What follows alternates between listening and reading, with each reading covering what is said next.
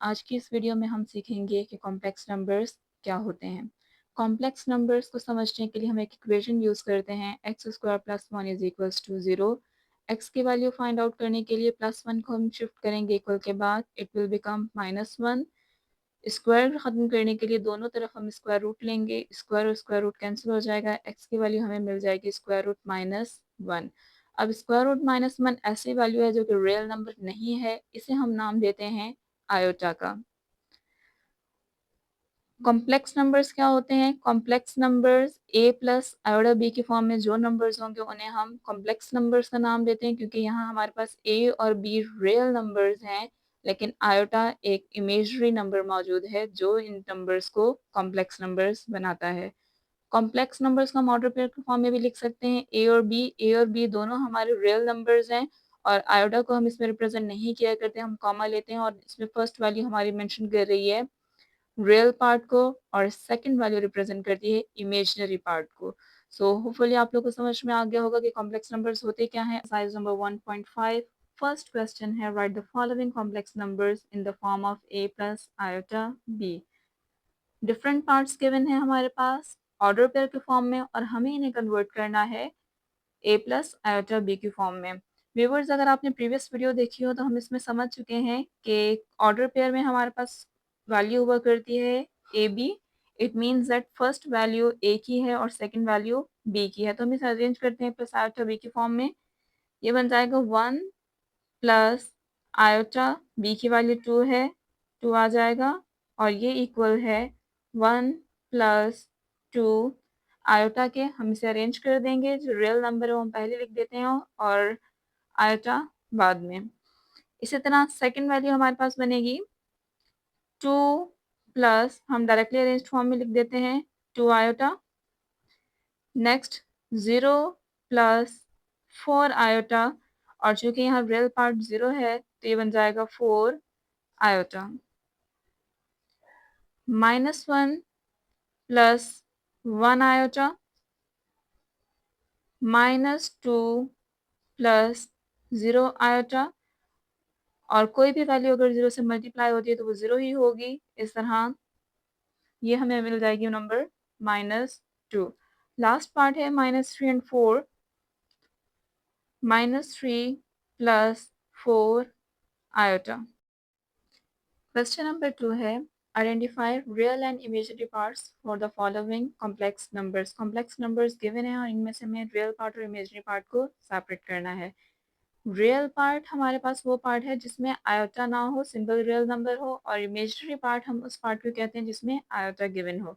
तो first value में real part यहाँ है वन और इमेजिनरी पार्ट है टू। सेकेंड है nine iota plus four, four simple value है विदाउट आयोटा, ये रियल पार्ट, और नाइन के साथ आयोटा है तो नाइन हो जाएगा इमेजिनरी पार्ट। थर्ड हमारे पास ऑर्डर पेयर गिवन है, ऑर्डर पेयर में हमारे पास फर्स्ट वैल्यू ए की हुआ करती है जो कि रियल पार्ट है माइनस फाइव, और इमेजिनरी पार्ट है six.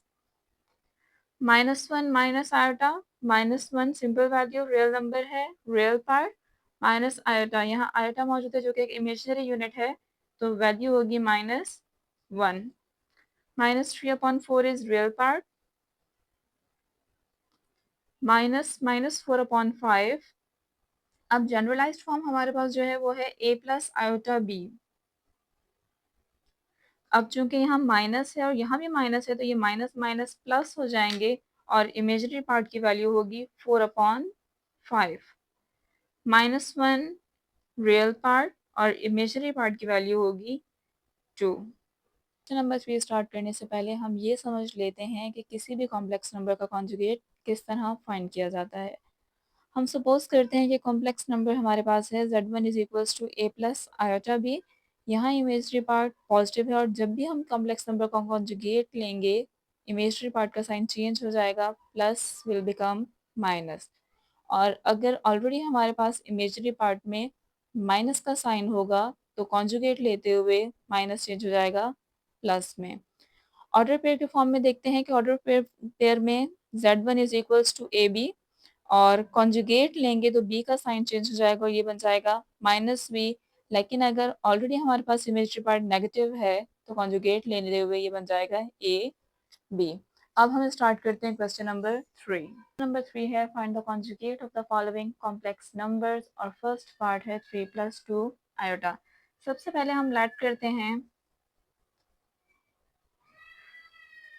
z1 is equals to 3 + 2 iota.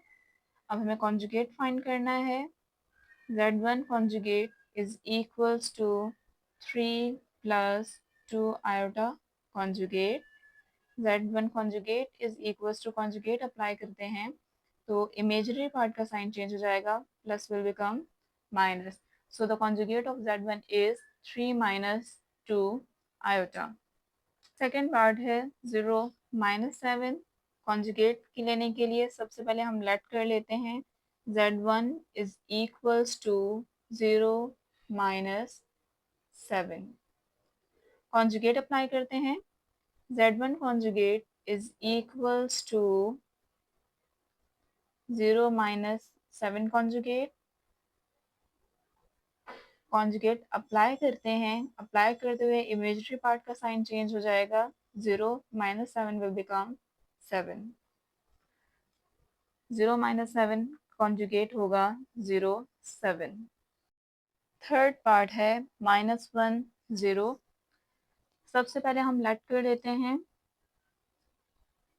z1 is equals to -1 0। अब कॉन्जुगेट ले लेते हैं -1 0 कॉन्जुगेट। अब हम कॉन्जुगेट अप्लाई कर देते हैं -1 और 0, चूंकि हमारे पास न्यूट्रल नंबर है तो ये 0 ही रहेगा। 0 के साथ हम माइनस या प्लस इंडिकेट नहीं किया करते। So conjugate of z1 is -1 0। Fourth part है 1 - आयोटा। सबसे पहले लेट कर लेते हैं z1 is equals to 1 - iota. अब दोनों तरफ कॉन्जुगेट ले लेते हैं 1 - आयोटा कॉन्जुगेट। और थर्ड स्टेप में हम कॉन्जुगेट को अप्लाई करते हैं, इमेजरी पार्ट है, साइन चेंज हो जाएगा 1 + आयोटा। नेक्स्ट है -3/4 + -4/5 iota. Let z1 is equals to -3/4 + -4/5 iota. Conjugate apply करते हैं -3/4 + -4/5 आयोटा। z1 कॉन्जुगेट इक्वल होगा -3/4, इमेजरी पार्ट पॉजिटिव है, कॉन्जुगेट अप्लाई करेंगे तो नेगेटिव हो जाएगा, -4/5 आयोटा। अब ब्रैकेट ओपन करके सिंप्लीफाई करते हैं। z1 conjugate is equals to -3/4 minus minus plus होगा 4/5 आयोटा। नेक्स्ट पार्ट है 3 iota + 1। Let z1 is equals to 3 iota + 1। Conjugate लेते हैं, z1 conjugate is equals to 3 iota + 1 conjugate. Conjugate apply कर देते हैं। कॉन्जुगेट अप्लाई करते हुए इस बात का ख्याल रखना है कि हमें हमेशा इमेजनरी पार्ट का साइन चेंज करना है, तो ये होगा -3 आयोटा + 1। अरेंज कर देते हैं हम अपनी वैल्यू को 1 - 3 आयोटा।